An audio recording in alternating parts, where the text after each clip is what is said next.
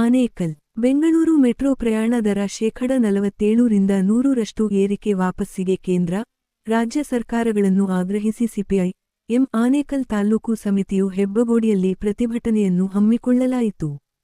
CPIM ಪಕ್ಷದ ಜಿಲ್ಲಾ ಕಾರ್ಯದರ್ಶಿ ಬಿ. ಎನ್. ಮಂಜುನಾಥ್ ಹಾಗೂ ಜಿಲ್ಲಾ ಮುಖಂಡರಾದ ಡಿ. ಮಹದೇಶ್ ಮತ್ತು ತಾಲ್ಲೂಕು ಕಾರ್ಯದರ್ಶಿ ಪಿ.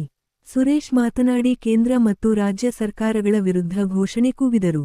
ಇದೇ ಸಂದರ್ಭದಲ್ಲಿ ತಾಲ್ಲೂಕು ಮುಖಂಡರಾದ ಸುನಿಲ್ ಜಿ. ಪಿ.